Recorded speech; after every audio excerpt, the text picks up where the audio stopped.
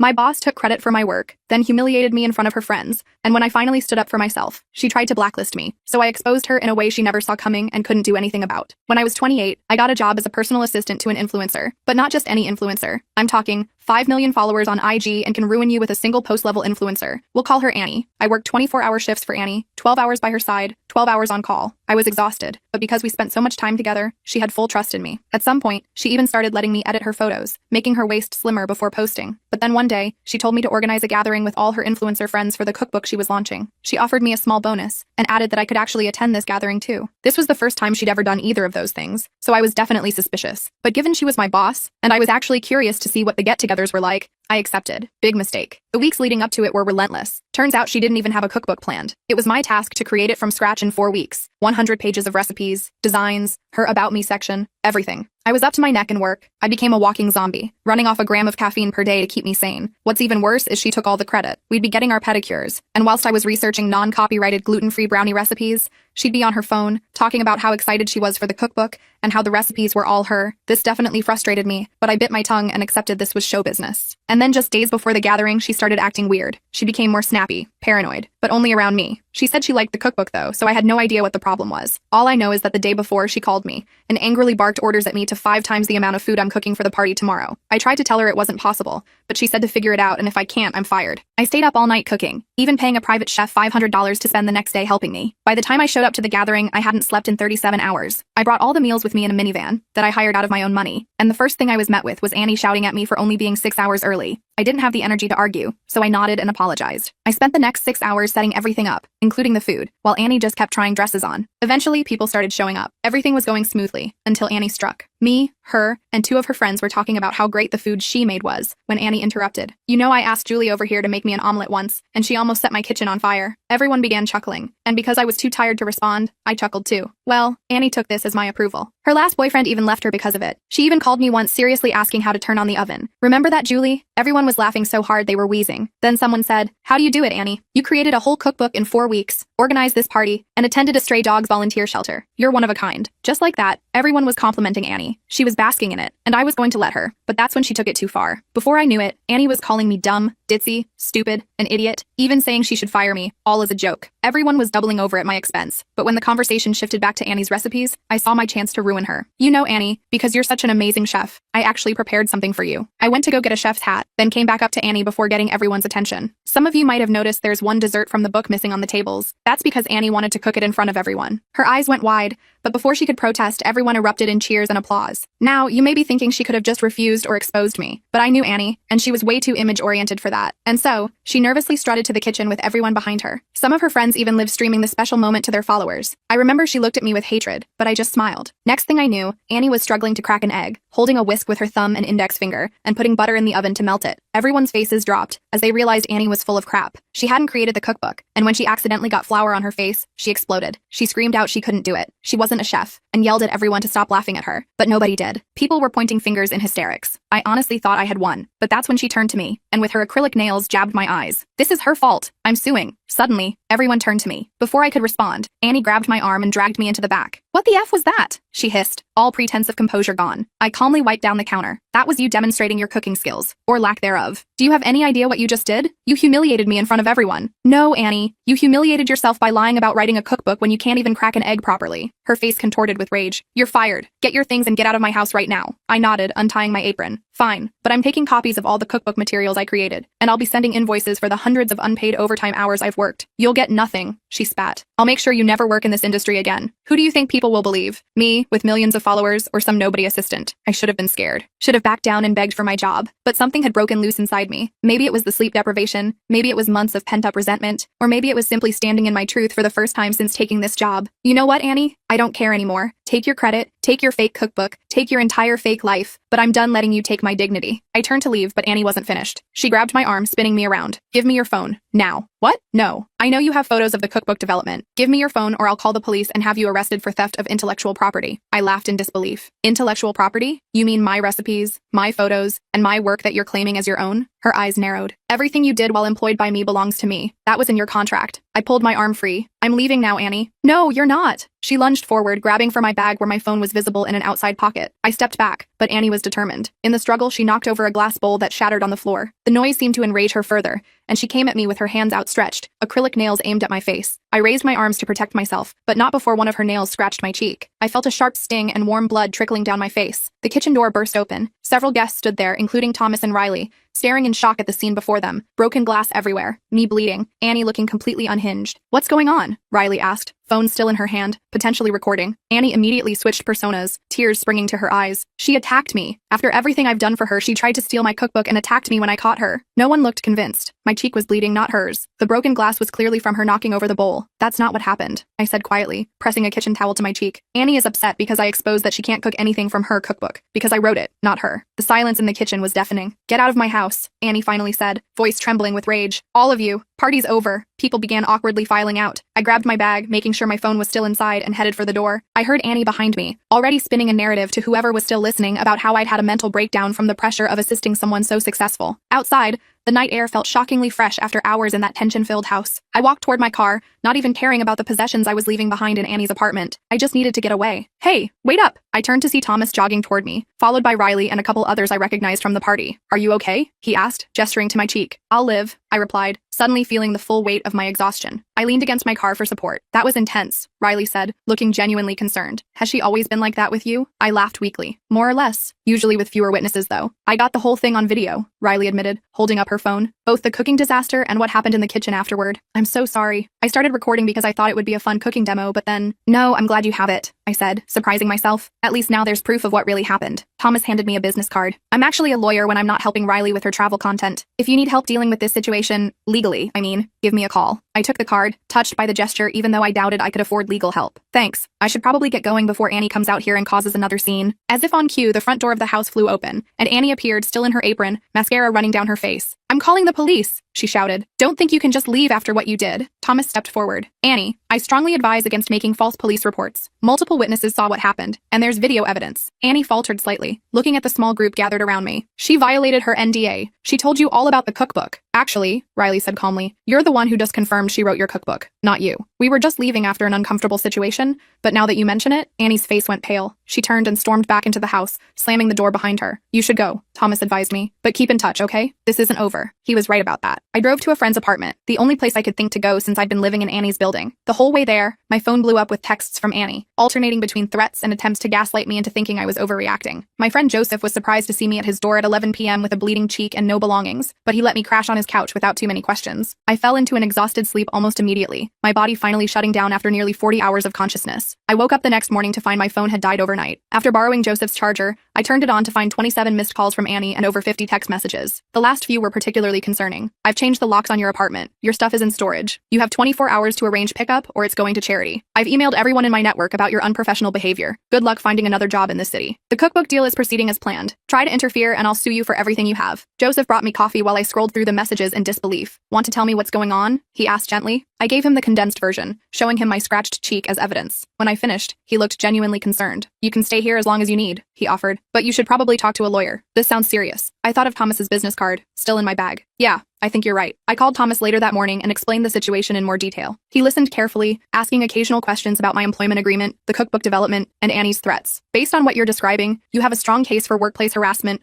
wage theft for unpaid overtime, and possibly assault charges from last night, he said when I finished. The question is, what do you want to happen here? It was a good question. Part of me just wanted to walk away and never think about Annie again. But another part, a stronger part, was tired of being bulldozed by people like her. I want credit for my work, I finally said, and I want to be paid fairly for the hours I put in. That's it. I don't want revenge or a public scandal. That's reasonable, Thomas replied. Let me make some calls and see what we're dealing with. In the meantime, document everything. Save those texts, write down a timeline of events while it's fresh in your memory, and if your cheek bruises, take photos. Over the next few days, I stayed at Joseph's place while trying to figure out my next steps. Annie continued her campaign against me, escalating from text threats to public Instagram stories where she vaguely referenced a betrayal by someone she'd trusted. She never named me directly, but her followers weren't stupid. They figured out who she was talking about, and my social media accounts were soon flooded with hateful messages from Annie's devoted fans. I went with Joseph to retrieve my belongings from the storage unit Annie had mentioned. Half my stuff was missing, but fortunately I had backed up most of my digital files to cloud storage, including the cookbook files. When I texted Annie about the missing items, she claimed ignorance, suggesting perhaps I had misplaced these items before moving out. 5 days after the party, I met with Thomas at his office. He'd reviewed everything I'd provided and had drafted a demand letter to Annie. This outlines your contributions to the cookbook, requests appropriate credit as the developer and writer,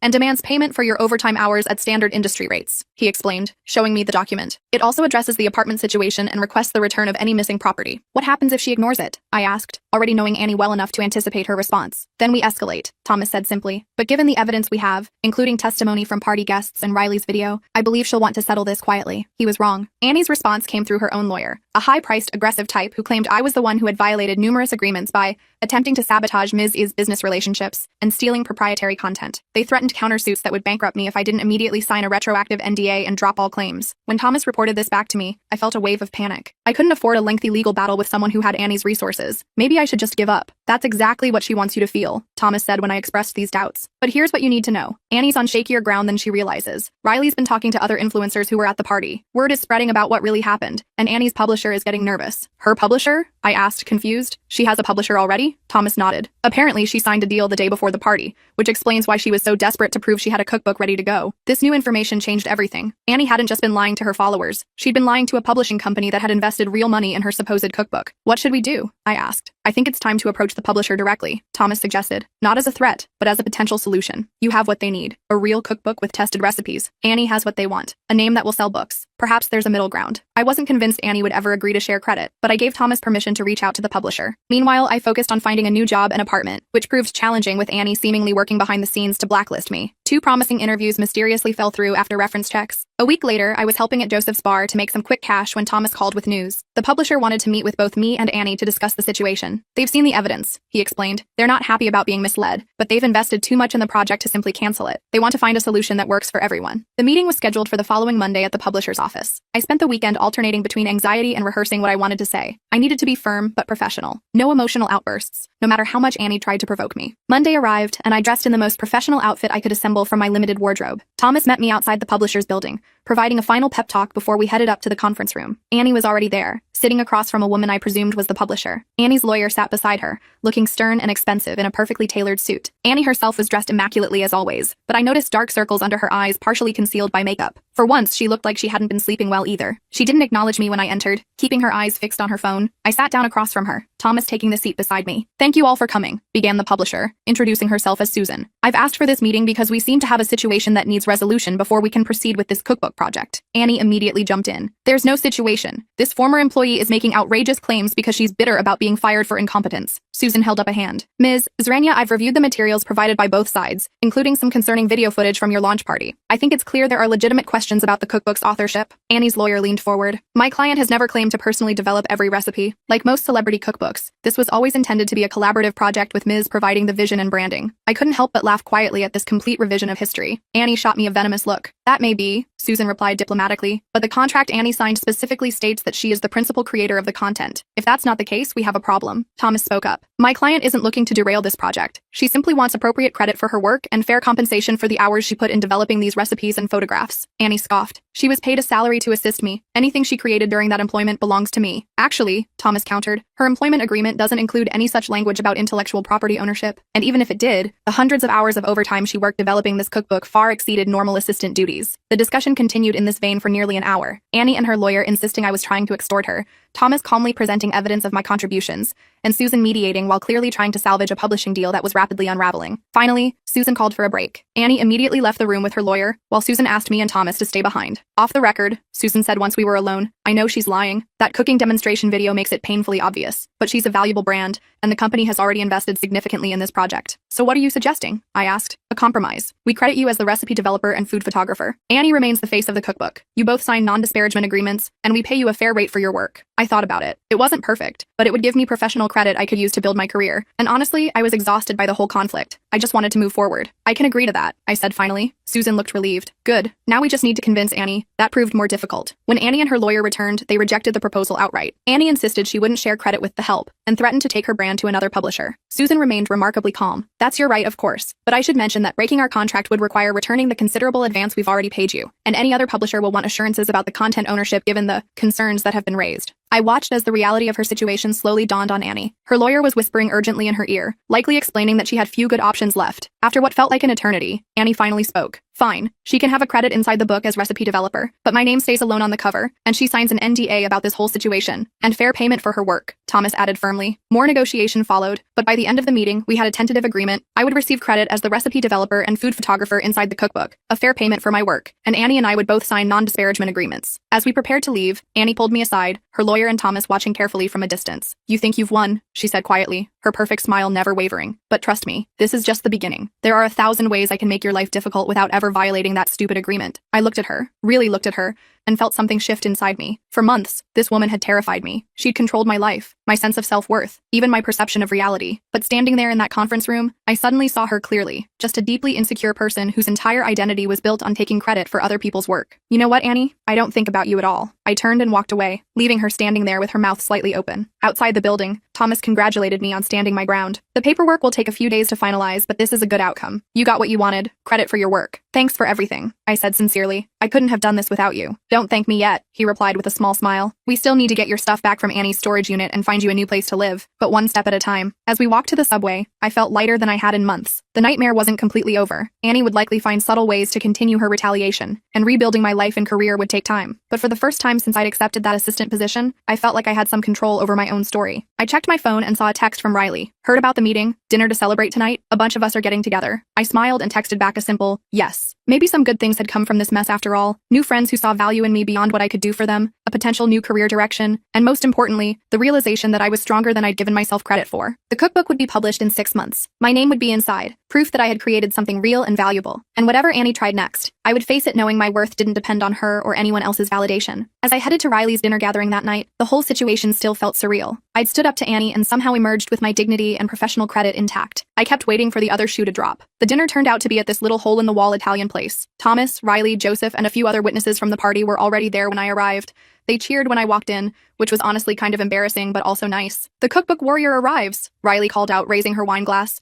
To standing up to toxic influencers. Everyone clinked glasses while I slid into an empty chair, feeling my face heat up. Thanks guys, but it's not completely over yet. The paperwork still needs to be finalized. Still worth celebrating, Thomas said, passing me the menu. Not many people stand up to someone like Annie and actually get results. Over pasta and wine, I filled them in on the details of the meeting. The conversation eventually shifted to other topics, and for the first time in forever, I enjoyed just being around people without constantly checking my phone or worrying about Annie's next demand. When I finally got back to Joseph's apartment that night, I crashed hard. The emotional and physical exhaustion of the past few weeks caught up with me all at once. I slept for nearly 12 hours straight. The next morning, I woke up to 3 missed calls from an unknown number. They'd left a voicemail, which turned out to be from a cooking magazine editor named Jamie. Hi, I was at Annie's cookbook party and was really impressed by your food. I understand you developed those recipes. I'd love to discuss potential freelance work. Please call me back when you can. I nearly dropped my phone. An actual job opportunity? Without thinking twice, I called back immediately. Jamie answered on the second ring. Hello? I introduced myself, trying to sound professional despite my racing heart. I'm returning your call about potential freelance work? Yes. I'm so glad you called back, Jamie said. Look, I'll be direct. What happened at that party was awful, but everyone I've talked to says the food was excellent. We're looking for fresh recipe developers for our summer issue. Would you be interested? We talked for about 20 minutes. By the end of the call, I had my first freelance assignment to develop 3 seasonal dessert recipes for their July issue. It wasn't much money, but it was legitimate work that would have my name on it. As I hung up,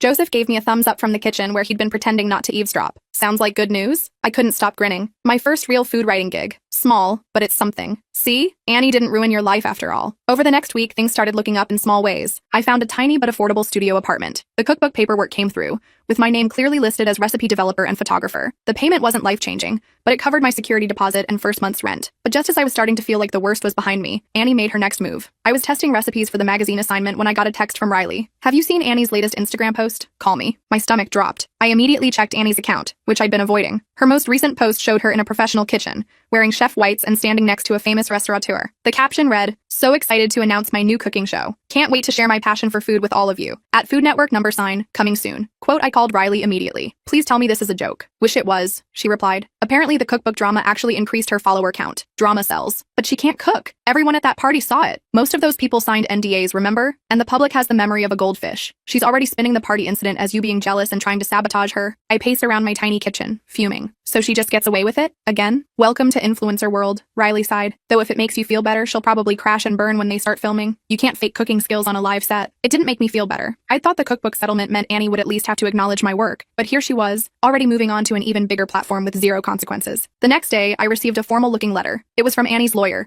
claiming I'd violated the non-disparagement agreement by speaking negatively about Ms. to industry professionals. They demanded I cease all communication about Annie immediately. I forwarded it to Thomas, who called me within the hour. This is an intimidation tactic, he explained. They have no proof because you haven't violated anything. They're just trying to scare you into silence while Annie launches this new venture. So what do? Nothing. Keep doing your work. Document everything but don't engage. She wants a reaction. I tried to follow his advice. I focused on my magazine recipes and started a small food blog to build my portfolio. I even landed a part-time job at a local bakery to supplement my income while I established myself as a freelancer. But Annie wasn't done with me. 2 weeks later, I discovered she'd hired someone to create a fake blog using screenshots of my recipe tests, claiming I was stealing her recipes for my new projects. The site disappeared within 24 hours, probably after Thomas sent a cease and desist. But the damage was done. Several food bloggers I'd been networking with suddenly stopped responding to my emails. Then my apartment building's management called to verify my criminal record that someone had anonymously reported. I had to spend an entire day proving I had no record. The final straw came when the magazine that had hired me for freelance work called to postpone my assignment. The editor was apologetic but vague about the reason. I went straight to Thomas's office without an appointment, probably looking half crazed. She's systematically destroying every opportunity I get, I said as soon as he could see me. This has to qualify as harassment, right? Thomas looked genuinely concerned. It does, but proving it is difficult. She's careful to maintain plausible deniability. So what, I just give up? Move to another city and change my name? He thought for a moment. Not necessarily. Sometimes the best defense is a good offense. What does that mean? It means we might need to be more proactive. Annie's cooking show is her vulnerability. She's building her brand on a skill she doesn't possess. But how does that help me? I already exposed her once and it only made her more popular. Thomas smiled. That was a private party. TV is a different animal entirely. 2 days later, I found myself sitting in a coffee shop with a woman named Susan, not the publisher,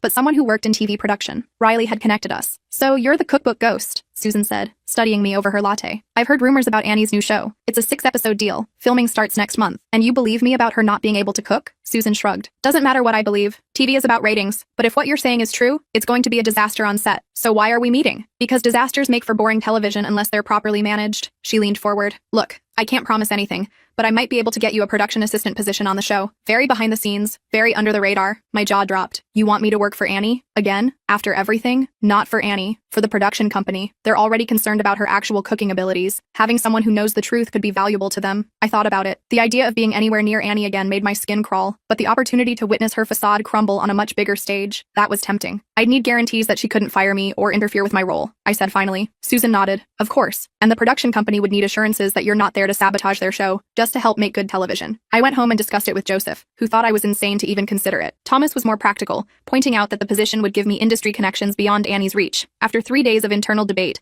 I called Susan and accepted the offer. The next month was a crash course in TV production. I was hired as a food prep assistant, responsible for gathering ingredients and helping the food stylist. My name was buried in the crew list where Annie was unlikely to notice it. I wore my hair differently and kept my head down during pre-production meetings. The first day of shooting arrived. I arrived at 5 a.m., helping set up the kitchen set before most of the crew arrived. The plan was for Annie to film her introduction and then make a simple pasta dish for her first demonstration. When Annie walked onto the set at 9 a.m., I ducked behind an equipment cart. She looked perfectly put together as always, but I noticed her hands shaking slightly as she studied the kitchen setup. The director walked her through the shooting schedule while I focused on prepping ingredients. The plan was for Annie to cook on camera, with minimal cuts or assistance. Authentic cooking was the show's selling point. When the cameras started rolling, Annie was all smiles and charisma, nailing her introduction perfectly. Then came the cooking segment. Just like at the party, it was immediately obvious she had no idea what she was doing. She couldn't dice an onion. She turned the burner too high and nearly started a fire. The pasta stuck together in a gluey mass because she didn't stir it. After 3 disastrous takes, the director called for a break. Annie immediately demanded to speak with the executive producer in private. I continued quietly prepping ingredients for the next segment,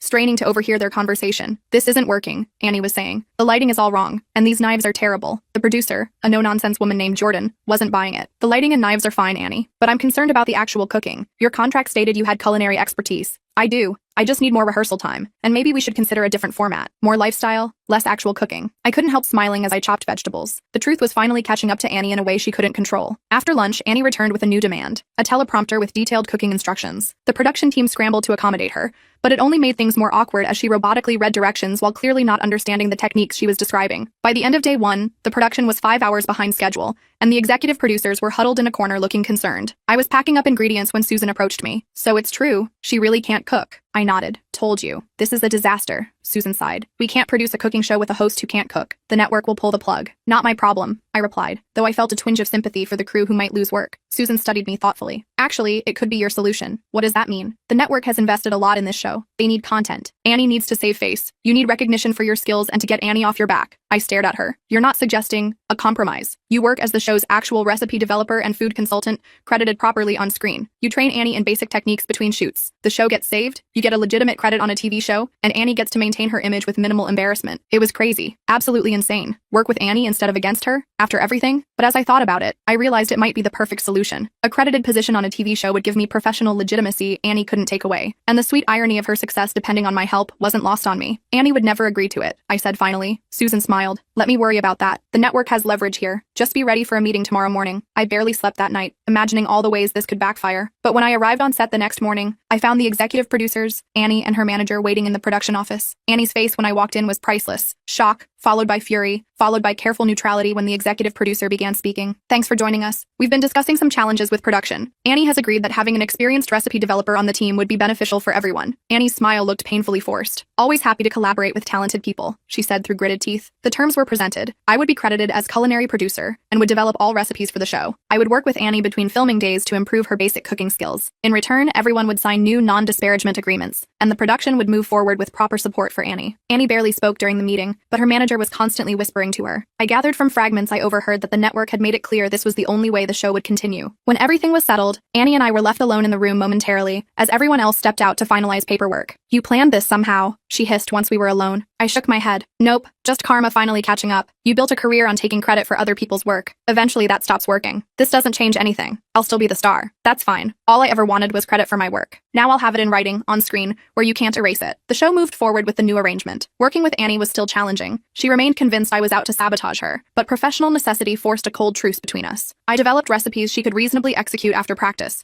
and she begrudgingly followed my instructions. The first episode aired 3 months later. True to the agreement, my name appeared in the credits as culinary producer. Several food blogs even mentioned my contributions specifically, noting the impressive recipes. After the 3rd episode aired, I received a job offer from a different cooking show, a legitimate position as a recipe developer with the opportunity to appear on camera occasionally. I accepted immediately. I gave my notice to Annie's show, fulfilling all my contractual obligations. On my last day, Annie approached me as I was cleaning out my workspace. "So you're abandoning ship," she said, trying to sound casual. "Moving on to better opportunities," I corrected. "That's how careers work." She nodded, examining her perfect manicure. "You know, you could have just asked for credit from the beginning instead of making such a scene at my party." I couldn't help laughing. "I did ask Annie, repeatedly. You said I was just the help and threatened to fire me." She waved her hand dismissively, rewriting history as easily as breathing. "Well, anyway, good luck with your whatever it is you're doing next." It wasn't an apology. Annie was probably incapable of genuine remorse, but there was a note of something almost like respect in her voice, the reluctant acknowledgement that I'd managed to turn her attempts to destroy me into stepping stones for my own career. As I walked off that set for the final time, I realized I genuinely didn't care about Annie anymore. She'd continue being exactly who she was, taking shortcuts, claiming credit, manipulating reality to center herself. But her power over my life was gone. 1 year later, I published my own cookbook under my own name. It wasn't a bestseller, but it was authentic. My recipes, my photos, my voice. Annie's show lasted 2 seasons before being canceled, but by then I was too busy with my own projects to pay attention. Sometimes people ask if I regret working for Annie, given all the drama. I always say the same thing. I don't regret the experience, just how long I tolerated the disrespect. Because in the end, Annie taught me the most valuable lesson of my career. No job is worth sacrificing your dignity, and the truth has a way of coming out eventually, even in the carefully curated world of social media.